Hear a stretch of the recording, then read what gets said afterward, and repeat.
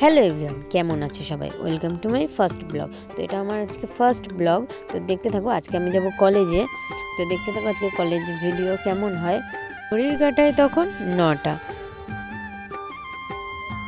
তখনই আমি রেডি হয়ে চলে এসেছি।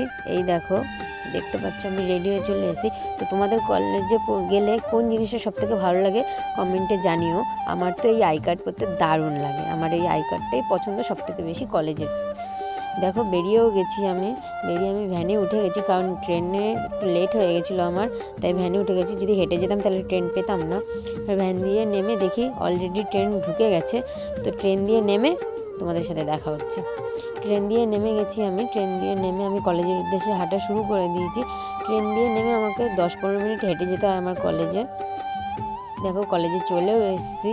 তো কলেজে আমার যে ফার্স্ট যে ক্লাসটা হতো বেঙ্গলি, সেই রুমে গিয়ে দেখি যে আজকে ওই রুমটা পরিষ্কার হচ্ছে। ওই রুমটায় সেমিনার হবে একটু পরেই। তো সেখানে তাই আমি আর বেশি দাঁড়ালাম না, আমি ব্যালকানিতে চলে গেছি। ব্যালকানিতে যাওয়ার সময় শুনেছি যে আজকে আর কোনো ক্লাস হবে না, আজকে অন্য অন্য কলেজ থেকে সব স্টুডেন্টরা আসবে, টিচাররা আসবে। আজকে হিস্ট্রি একটা সেমিনার হবে হিস্ট্রির উপরে। তো সেখানেই সবাইকেই বসতে হবে। আমার হিস্ট্রি নেই, তাও বসে বসে শুনতেছিল। দেখো কি বলছিল। ওই পার্সিয়ান কোর্টে, অর্থাৎ ইরান পার্সিয়ান কোর্টে ছিলেন বলে তাকে প্লুটার্ক বলেছিলেন ফিলো বারবারাস, লাভার অফ দ্য বারবারিয়ানস।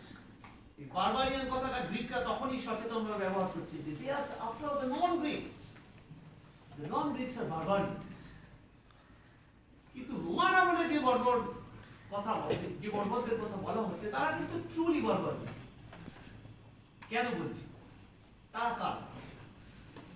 মূলত বধ, অস্ত্রবধ, দেশিবধ, পাশাপাশি ভ্যান্ডালস, পাশাপাশি হুনস এবং আরো কিছু। মূলত জার্মানিক ট্রাইব, হুনরা তো জার্মানিক নয়। এইখানে একটা প্রশ্ন তুলেছেন পিটার ব্রাউন। তারপরে এই জন্য বলছি যে পিটার ব্রাউন এবং হেউড এই দুজন একদম অন্য স্রোতে উল্টো দিকে গিয়ে আলোচনা করেছেন। তাদের বক্তব্য হলো যে এই যে বর্বররা এরা কারা, আর রোমানরাই বা কারা? রোমের কি কি ছিল? রোমের ছিল সেন্ট্রাল হিটিং সিস্টেম, সেখানে রোমের ছিল মডার্ন ক্যাপিটাল বেসড ইকোনমি।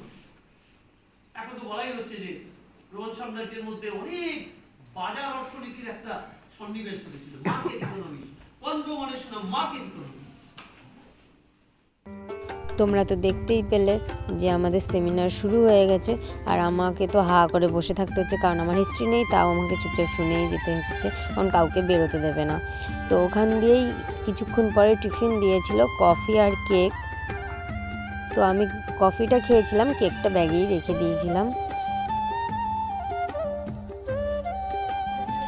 দেখো অবশেষে শেষ হলো।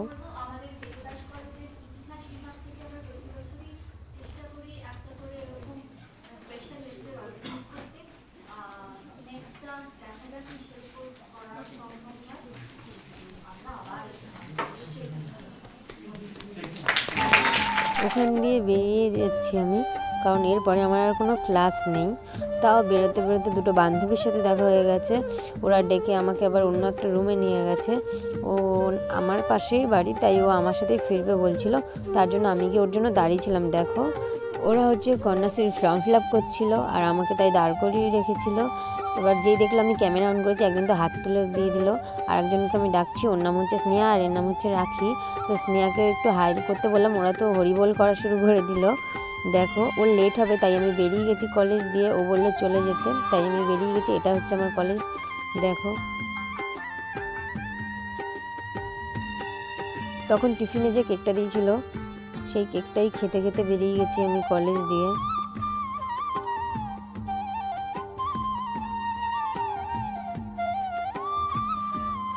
কেকটা খাওয়া শেষ হয়ে গেছে। দেখ কলেজ থেকে স্টেশনে যাওয়ার পথে আমার এই বাড়িটা পড়ে। এই বাড়িটার গেটটা আমার দারুণ লাগে, কারণ এই গেটে কি বসা আছে দেখেছো তো।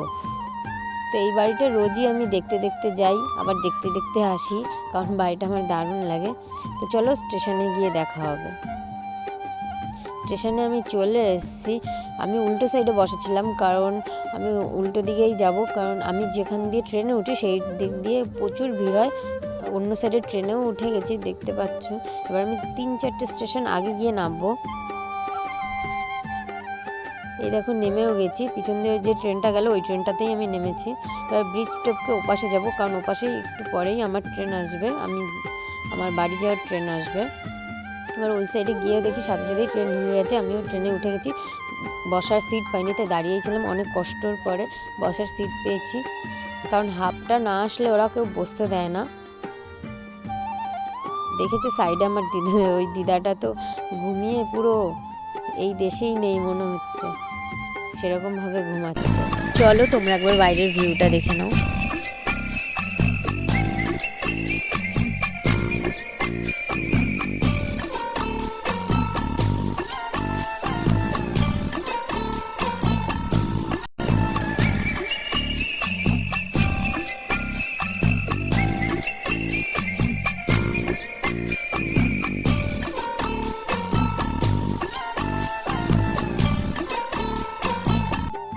তো বাইরের দৃশ্য দেখতে দেখতে আমি ট্রেন দিয়ে নেমে গেছি, দেখো বাড়ির উদ্দেশ্যে রওনা দিয়ে দিচ্ছি। তো আজকের ব্লগটা এই অবধি। তোমরা সবাই ভালো থেকো, সুস্থ থেকো, টাটা, বাই বাই।